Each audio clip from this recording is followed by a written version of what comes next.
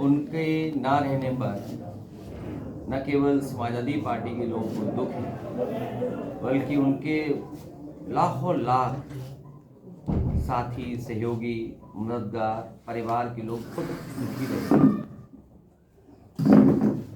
इंसान के जीवन में सबसे बड़ी बात है पहचान और सम्मान। उनके ना रहने पर जिस तरीके से जनता ने सम्मान दिया है, ये बहुत कम लोगों को मिलता है सम्मान। जीवन भर जिसने सेवा की हो, मदद की हो, तभी इसी तरह का प्यार मिल सकता है और सम्मान के साथ जनता आ सकती है। वो उस कड़ी और उस पीढ़ी के नेता थे जो कभी कोई बात छिपाते नहीं थे। अपनी राय, अपना सुझाव या अपना तर्क बहुत स्पष्ट रूप से कहते थे। कई मौके आए जब उन्होंने अपने लोगों की बात रखी। हो सकता है कुछ लोगों को ना पसंद आई हो, लेकिन कम से कम वो ऐसे व्यक्ति थे जो अपने लोगों की बात बहुत सफाई से रखते थे। वो कभी कौन नाराज होगा, कौन क्या सोचेगा, इसके बारे में कम सोचते थे, बल्कि जो बात सही होती थी वो ज़्यादा महत्वपूर्ण समझते थे। लोकसभा में मैंने उनको देखा, कई मौक़ों पर विपक्ष के लोगों ने आवाज़ बुलंद कर करके उन्हें दबाने की कोशिश की, लेकिन मैंने अपने आगे देखा, आंखों से देखा कि वो किसी के दबाव में नहीं आते थे। जो बात उन्हें कहनी होती थी वो कह के रहते थे। तो ऐसे नेता को हम लोगों ने खोया है।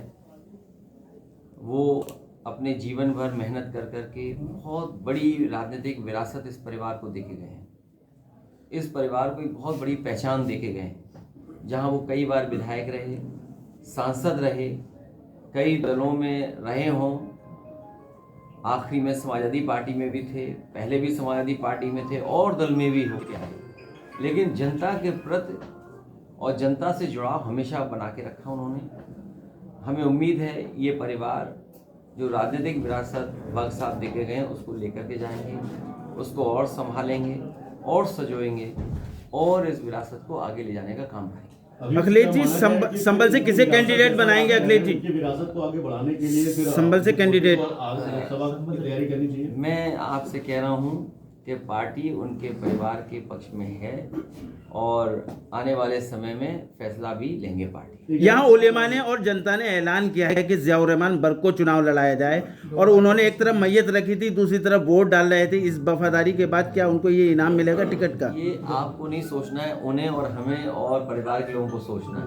अखिलेश जी, एक अहम सवाल, मुसलमानों ने नेताजी पे भरोसा किया, पार्टी पे भी भरोसा किया, समाजवाद पे, और आप पर भी भरोसा किया। आपके लिए मुसलमानों का प्लान ऑफ एक्शन आगे का क्या है? सबसे बड़ी लड़ाई जो इस बार देश में होने जा रही है वो संविधान को बचाने की है।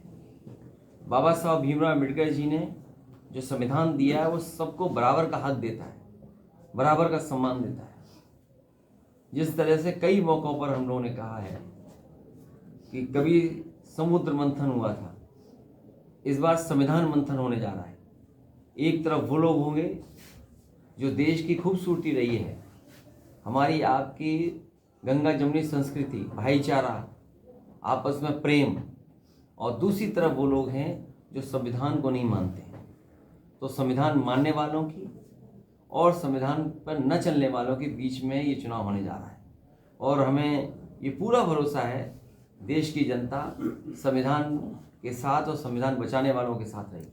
अखिलेश जी, इकबाल महमूद साहब और बर्क फैमिली का 36 का आंकड़ा रहा, आज दिल जोड़ने के काम किए हैं आपने, और क्या ये राजनीति में मैंने यही कहा कि देखिए बख्श साहब किस रास्ते से यहाँ पहुँचे हैं। राजनीति का हर पहलू उन्होंने देखा है, कहाँ शुरुआत हुई, कई बार किन्हीं परिस्थितियों की वजह से दूसरे दल में भी रहे, लेकिन नेताजी और समाजवादी पार्टी के पक्ष में हमेशा बने रहे।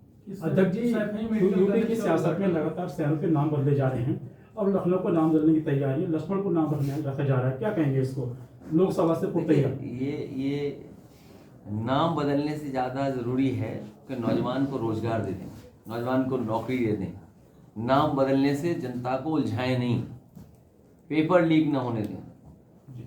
सोचिए हर पेपर लीक हो जाता है इनका, और लीक होने के बाद एक ही एजेंसी उसको जांच दे देती है। अभी जो हमारे एक पत्रकार साथी मेडिकल कॉलेज के बारे में पूछ रहा था, अभी सुना है कि केवल बिल्डिंग का उद्घाटन करने गए हैं, वो हॉस्पिटल का उद्घाटन नहीं है, वो बिल्डिंग का उद्घाटन है।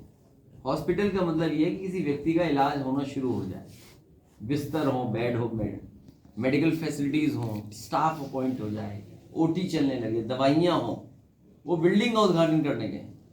इसी तरह सुना है कि एक वर्चुअल उद्घाटन भी हुआ है आगरा में मेट्रो का। ये समाजवादियों की मेट्रो थी, ये कोई बीजेपी ने तो काम स्लो किया, रोका, वे1 पूरा किया है। जितना भी आगरा का अलाइनमेंट किस तरफ से किस तरह जाएगी, कहाँ पर क्या बनेगा, ये पूरा समाजवादियों के सरकार में फैसला हो गया था, वही मेट्रो का वर्चुअली उद्घाटन किया। जैसे नाम बदले जा रहे हैं तो इसके मायने क्या है कि मतलब ये लक्ष्मण को नाम रखा ऐसा है, आप सरकार बदल दो, इनका नाम अपने आप बदल जाएगा। सर 4 दिन पहले अभी जो सर धनंजय सिंह ने जो है चुनाव लड़ने का ऐलान किया सर जौनपुर से कृपाशंकर के सामने, और उसके ठीक बाद ही जो है सर जो है क्या नाम है सर जीत जाने का खबर नहीं है, ये तो कोई खबर नहीं है।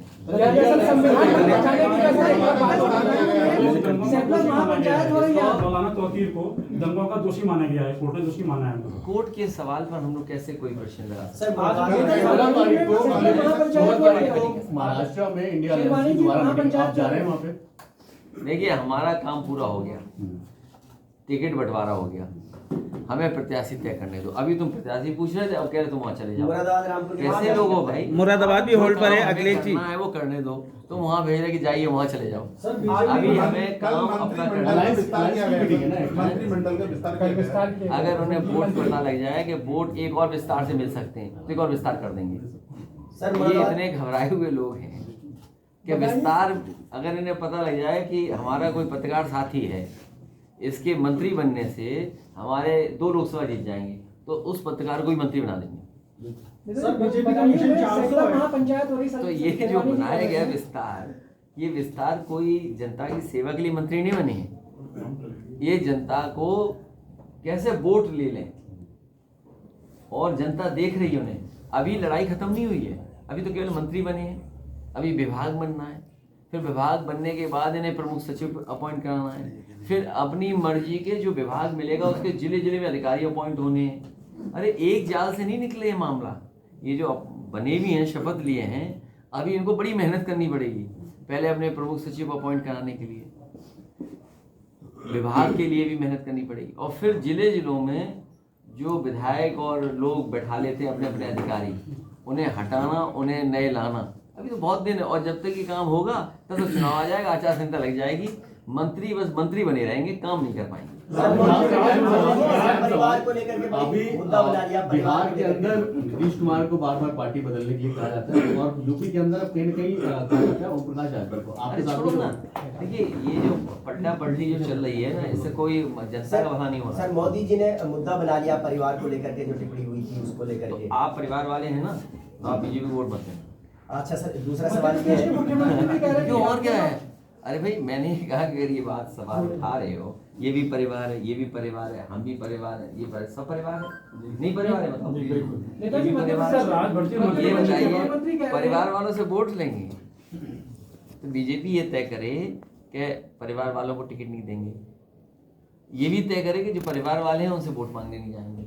आप परिवार वाले हो कि नहीं हो जी? तो आप परिवार वालों से सवाल मत पूछो। वो कह रहे हैं पूरा देश मेरा परिवार है, तो हमारा नहीं है देश परिवार। अरे ये बताओ, देश हमारा परिवार नहीं है क्या? सबका परिवार अब है। प्रधानमंत्री जी एक अभियान शुरू कर रहे हैं सुझाव पेटी का। अब क्या जरूरत है सुझाव? अब तो जाना है उन्हें। अब ये सुझाव मांगो कि जाए कैसे वो, इसके लोग सुझाव देंगे। सर